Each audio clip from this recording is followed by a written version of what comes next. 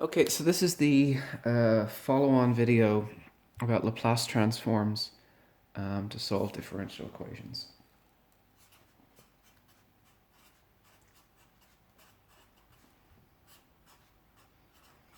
Laplace transforms and differential equations.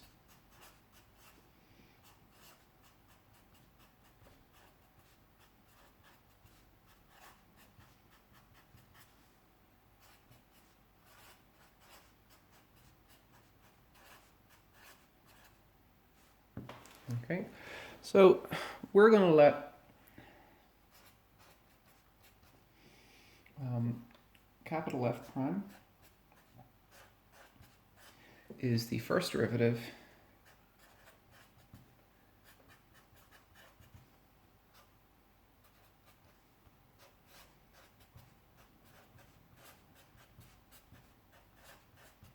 we're going to let it be the first derivative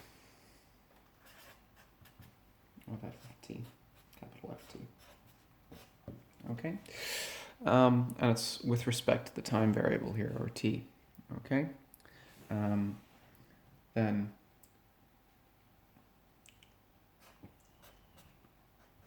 we're going to let f double prime t be the second derivative.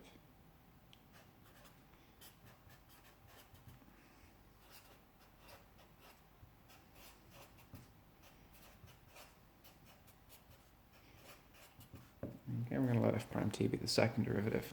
Okay, well we know definition. Okay,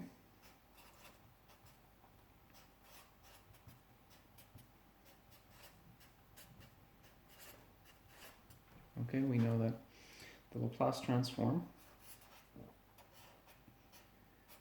for the original f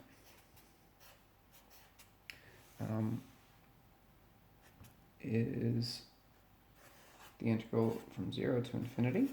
We have f of t. We have a term which is e to the minus s times t, and that goes with respect to dt. Okay, so that's the definition of what a Laplace transform is. Okay, so what's the Laplace transform of the derivative? Okay, well, let's just stick it into this definition. Okay, so now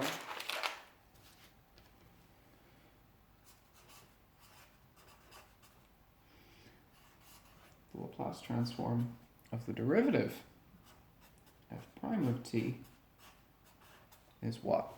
Okay, well that's equal to the integral from 0 to infinity. I have f prime of t, I have e to the minus st, and this is dt. Okay, and you might not realize it, but this is an integral we can actually do. It's not even a very difficult integral when I use integration by parts. Okay, remember, how did integration by parts work? Well, I wanted something that was easy to integrate and something which was easy to differentiate. This really can't be much easier. One of these is an exponential function, which is easy to integrate or differentiate, and this is f prime of t, okay, which is a derivative. So I already know that if I integrate it, I'm going to get ft. Okay, so it's as easy as it gets here. Okay, so let's break up this integral, right? Well, then I have, it just depends on my choice here. Okay, let's remember the integration by parts rule. The integral of u dv is uv minus v du, the integral of v du, like that. Okay, that was integration by parts.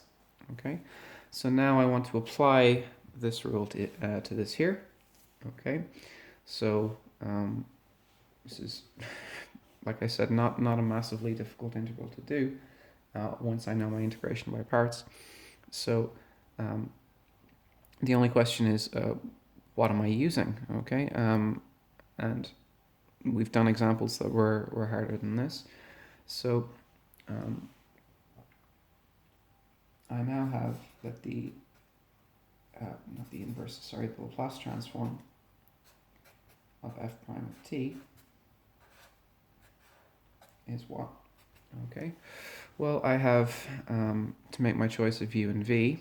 Okay, this is what I'm going to choose here as my my v. Okay, the thing which I need to integrate. Okay, why? Yes, an exponential is easier, but nothing is easier than integrating this. All I have to do is get rid of a dash. Okay, so I end up with e to the minus st, which is my u part. My v part was f prime of t. Sorry, my dv part was f prime of t dt. So this is just going to give me f of t. Now that needs to have an evaluation on it, because this is an integral from 0 to infinity. So this is going to be from 0 to infinity. That's my first term. Okay. And now I'm going to have minus the integral. Okay. From 0 to infinity, and I have v du. Okay, well, v is the ft, using my integration by parts rule. Okay, and now I have du, which means I just have to differentiate this, which is a pretty easy thing to do, right? This is minus s e to the minus st, okay, and this is dt. Okay, and now this s here is in an integral with respect to t, so it can actually be taken outside. Okay, and we can do our evaluation here. So this is e to the minus s times, and then we'll insert the infinity. I'll do it in red just so you can all see it. Okay, and then I have f at infinity, or whatever that is.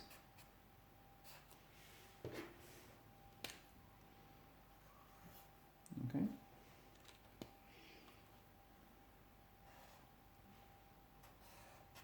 Okay. And then I have e to the minus s at 0.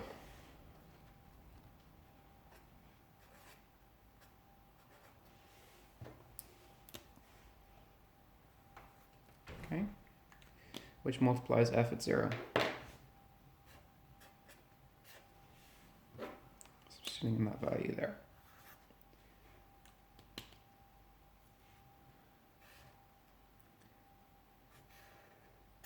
Okay, so that's what I have for the first bit here. And the second bit looks like this. I've got minus and I've got a minus, so that's plus, not equals. Okay, and now I have an s on the outside. I have the integral from 0 to infinity, and that's f t e to the minus st dt. Okay.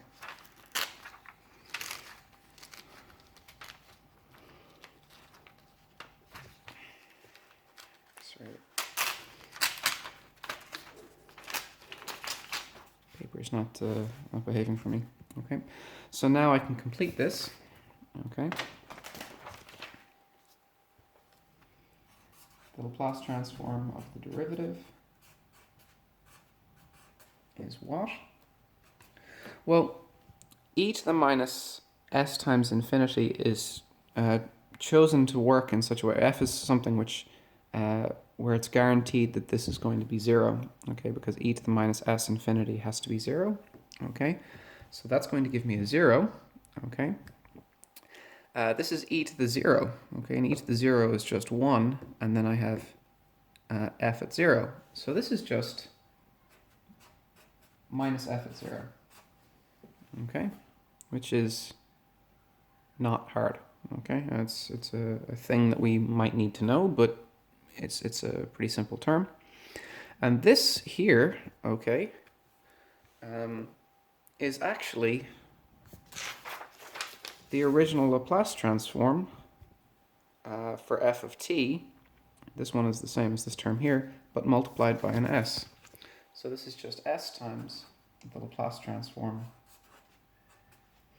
for f. Okay. So that is really very general and very powerful. Okay. I now know how to find the Laplace transform of any derivative. If I know my original function, I can just input a 0, find the Laplace transform of the original function, and put an s on it. Okay. We could repeat this as well for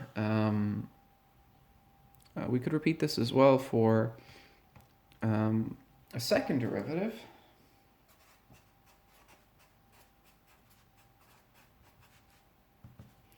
I would find the Laplace transform for the second derivative.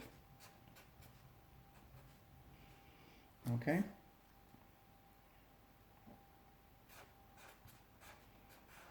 Would give me what? Well, that would give me minus, and then I would have to go up a level, so that would be f prime at 0, and then I would have plus s times the Laplace transform for f prime of t. And I've already worked out what the Laplace transform for f prime of t is, so this has to be equal to minus f prime at 0, and then I would have plus s times this one here.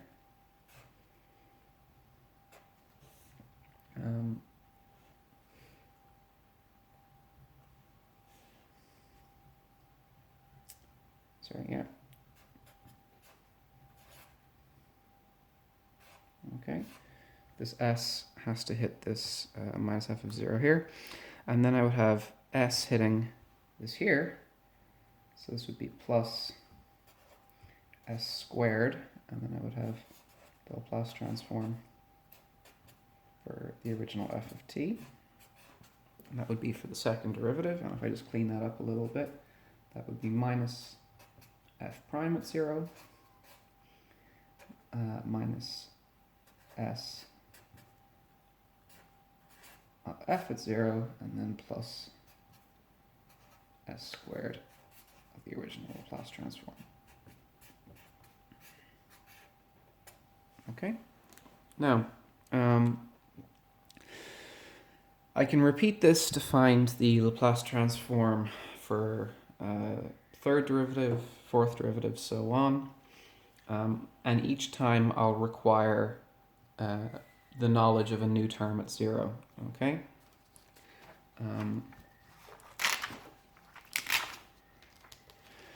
And that term is called an initial condition.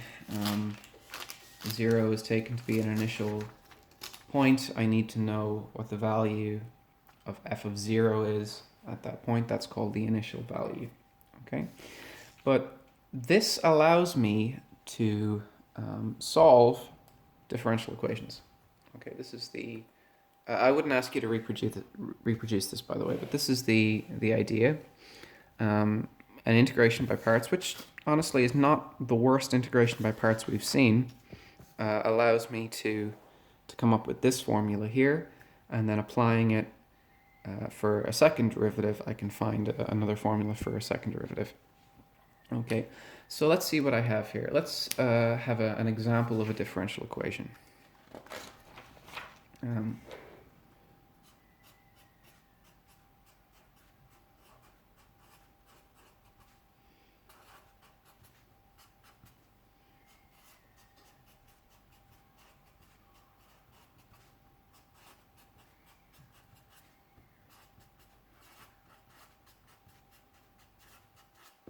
Okay, we have an example of a differential equation. Okay, so we have dx dt, okay, minus 2x is equal to 4.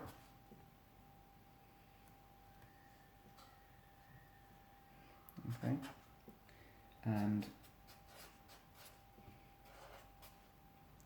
x is equal to 1,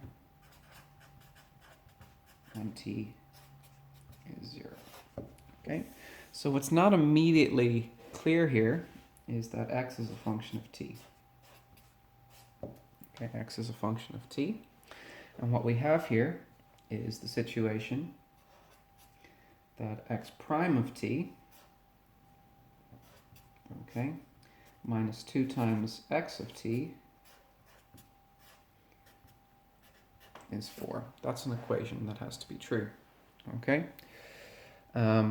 And this is a first order differential equation. It's a differential equation because it involves derivatives. It's first order because it only involves a first derivative, okay?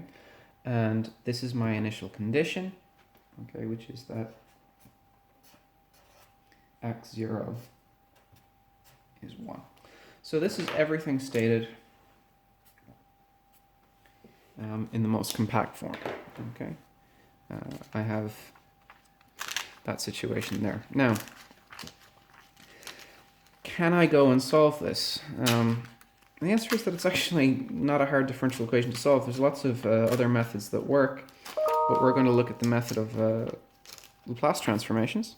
Okay, so if an equation is true, okay, then the Laplace transform of the equation must also be true. Okay, so what do I have here? I have 2 here, okay, 2xt. So what I want to do is rearrange this so that x is actually the subject of the equation and not the 4 here. Okay, so what do I have? I now have, and I'm just going to suppress the t's for a moment, and actually no, I won't do that. So what do I have here? I have x prime of t minus 2xt, 2x of t, I should say. T is a function here. Sorry, x is a function here, is 4. That means minus 2x of t is equal to 4 minus x prime of t. Okay, and now I can divide across, and I have that x of t is going to be equal to 4 divided by minus 2. Okay, and now I would have minus x prime over t divided by minus 2. Okay, and I can clean this up a little bit more again. xt is now going to be equal to 4 divided by minus 2 is of course minus 2. Okay, and this one here is going to be plus 1/2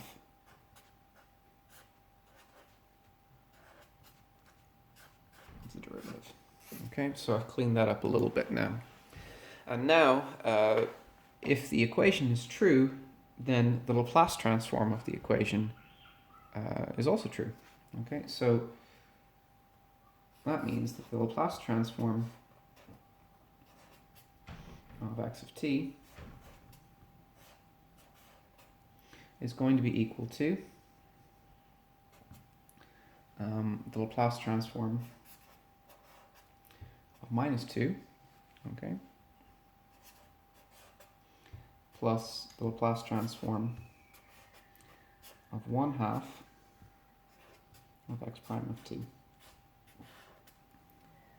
So that means the Laplace transform for x of t is going to be equal to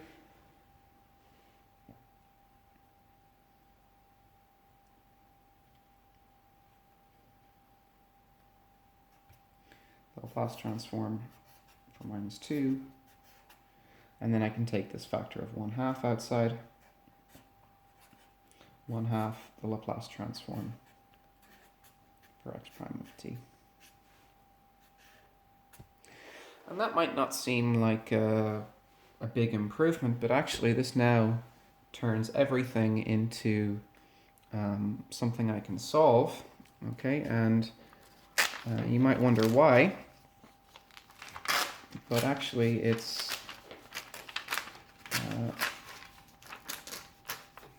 because I can use this formula here to get rid of this derivative term completely and replace it only with stuff that involves the function, the original function.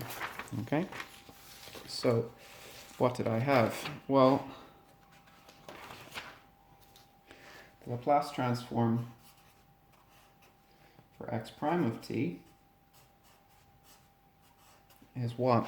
Well, from this formula here, okay, the one that I've just written down here, that has to be equal to minus x at 0, okay, plus s times the Laplace transform for x of t. Okay, sorry, I've kind of gone over the, kind of ran out of space there. Maybe I'll write that again just to make it clear. I don't want this to be something that's difficult to see. The Laplace transform for x prime of t has to be equal to minus x times x at 0, not x times 0, plus s times the Laplace transform for the x itself. Like that. Okay? So that means that this equation that I've just written down, okay, here is now something that I can go and I can eliminate the x prime term here. So I now have the Laplace transform for x of t is equal to what? Well, I still have this term.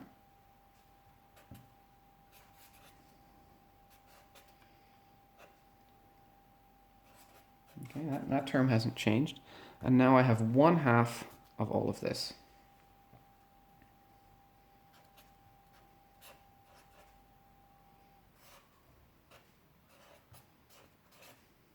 Okay, 1/2 of minus x at 0, and I have plus s, Laplace transform x at t, okay, which I can clean up, okay.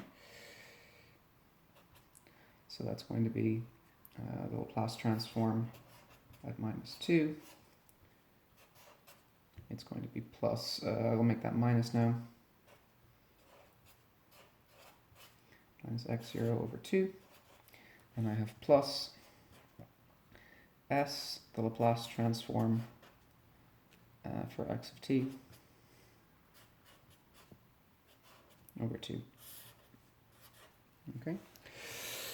So the Laplace transform for x of t is equal to the Laplace transform for -2, this term here, which comes along for the ride, okay, and then I have this term here. And this term, the Laplace transform for x of t, multiplied by an s and then divided by a 2, okay, well, that's still a Laplace transform for x of t, okay, which means I have the same term on the left here that I have on the right, which means I can move this term over to be with the other term. And I now have the Laplace transform for x of t. Okay, I'm going to have minus s over 2 times the Laplace transform for x of t. And this is equal to the Laplace transform for -2 minus the x0 value over 2. And I'm very, very close to being finished.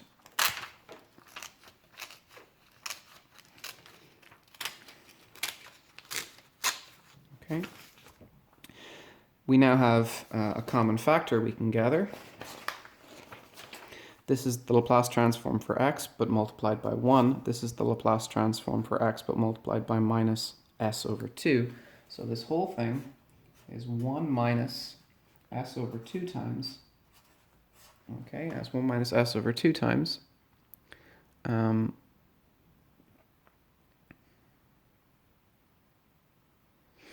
minus s over 2 times the Laplace transform for x t, and it's this thing. that's Laplace transform for minus 2 minus the x0 over 2.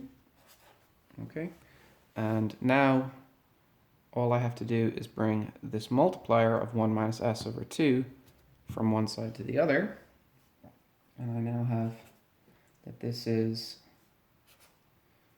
implies that the Laplace transform for x of t is equal to what?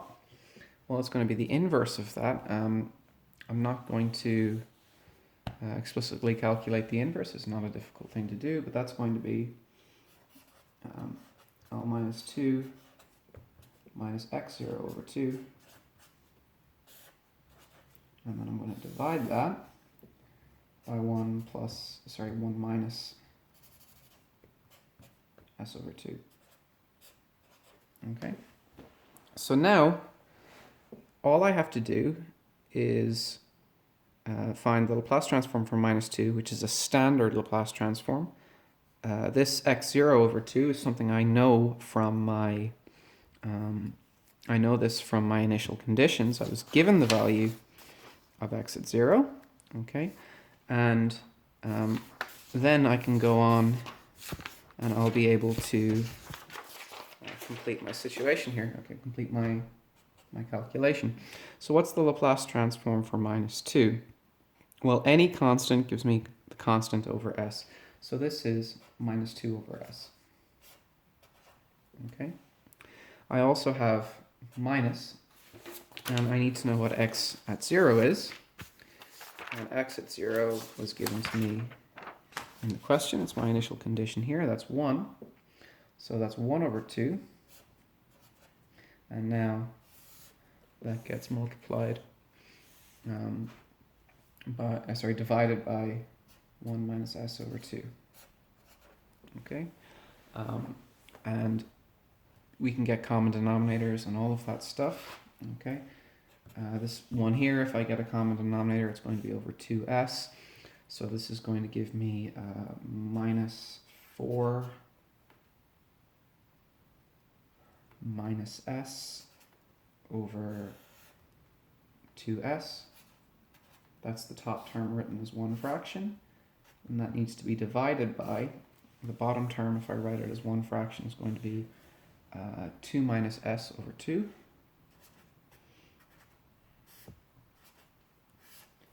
And I'm dividing fractions. How do I divide fractions? It's not so bad. I invert and multiply. Okay. This is taking the limits of how long these videos can be. I may have to pause here and I'll continue from there. Let me pause here. Let me stop here and I'll continue in the next video, which I'll add directly to the playlist.